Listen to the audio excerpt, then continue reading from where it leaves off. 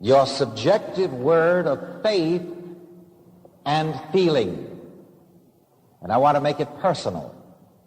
My subjective word of faith and feeling. Say that. My subjective word of faith and feeling. Now, what is my subjective word of faith and feeling?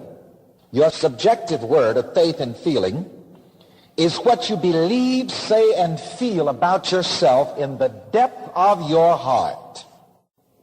Your subjective word of faith and feeling is what you believe and feel about yourself at gut level. Your subjective word of faith and feeling is your gut level belief and feeling about yourself. So repeat after me. My subjective word of faith and feeling is my gut level belief and feeling about myself.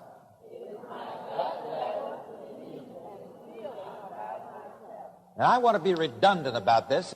The term gut level. Let me hear you say gut level. Hit or pat your gut when you say it. Come on, gut level. And I'll give you a question for self-interrogation. What is my gut level belief and feeling about myself? Say that. What is my gut level belief and feeling about myself? And if you want to put it in a more religious and dignified manner, you may say, what do I believe and feel about myself deep down in my heart? What do I believe and feel about myself deep down in my heart? Say that. What do I believe and feel about myself deep down in my heart? Who do I feel that I am at gut level? What do I feel that I am at gut level? What do I feel that my possibilities are at gut level?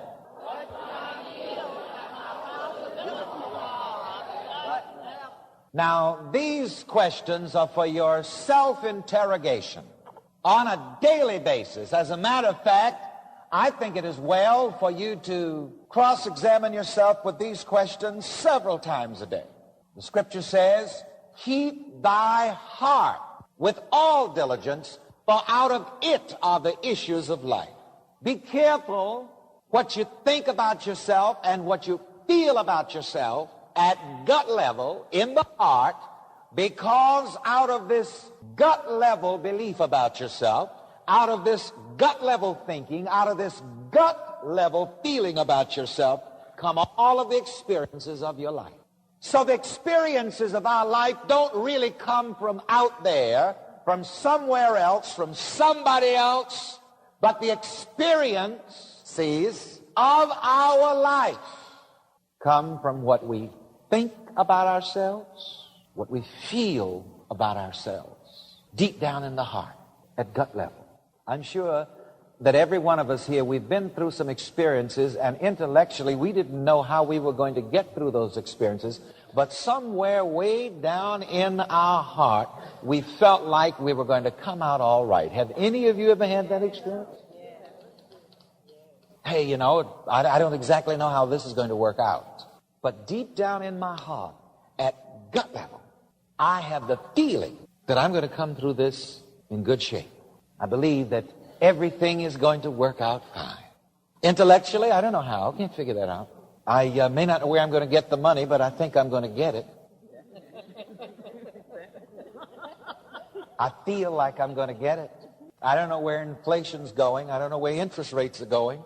But deep down in my heart, at gut level, I feel that the Lord is my shepherd. I shall not want. Deep down in my heart, I feel and I believe that the Lord will provide. And you know, really, this is the only thing that we can be sure of. You can't be sure of interest rates. You can't be sure of the stock market. You can't be sure of the price of gold. So there has to be somewhere on the inside of man, somewhere in your psychology, in your mentality, there has to be something that you can be sure of. In times like these, the song says, we need an anchor. Be very sure your anchor holds and grips the solid rock. As a man thinks, so is he. You can be certain of that. That's a rock. You can develop rock faith in that. How are things going to turn out for me? How do you think they're going to turn out? How do you feel they're going to turn out? You should always be sure about your feeling nature, because feeling gets the blessing. Say with me again, feeling gets the blessing. Feeling gets the blessing. You may be sure that you're going to get whatever you truly feel at gut level. Now, you see, thinking is very interesting. You say, well, Reverend Ike, you mean that I can get anything that I can think? Well, you got to be sure that the thought is at gut level, that the thought is subjectified. You see, I'm not talking about just merely intellectual thinking. It has to be a thought in the heart, in the deeper mind. It has to be a thought that is so deep that it affects the feeling nature. Like the lady, came up and asked for prayer. I forget what it was for. And I said, all right, I see it. Everything's all right. She said, I sure hope so. It hadn't gotten down to her heart. And just merely hoping isn't enough. Merely wishing isn't enough. Say with me again, feeling gets the blessing. Which takes us back into our final lesson in this Esau and Jacob series. Because as I've said time and time again, and I'll probably repeat some more in this final lesson, this is what the whole episode of Esau and Jacob is trying to show us.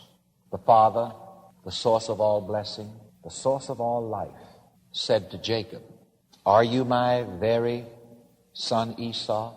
And he said, I am. You cannot interpret this fundamentalistically, exoterically, and get a correct and true meaning, or else all you will see here is somebody telling a lie. All you will see here is a dirty deal, and that is not what the Scripture is dealing with.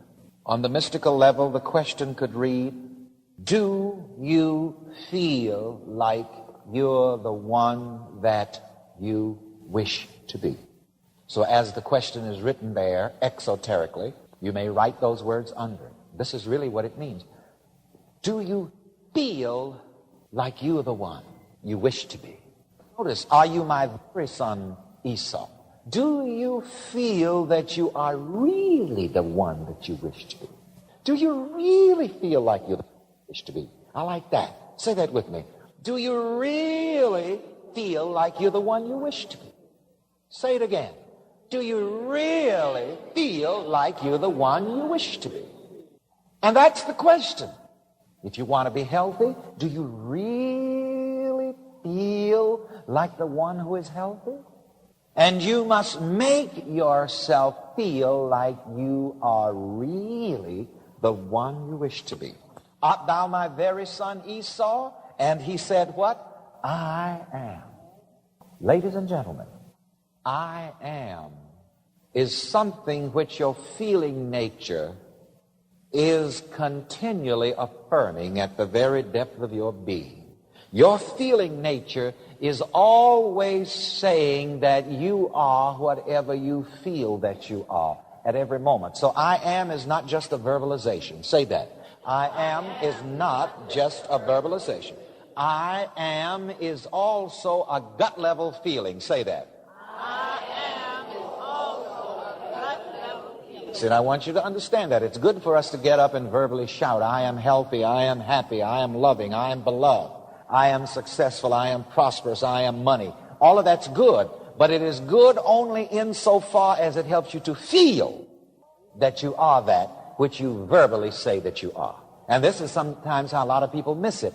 But are you my very son Esau? Do you really feel like you're the one that you wish to be?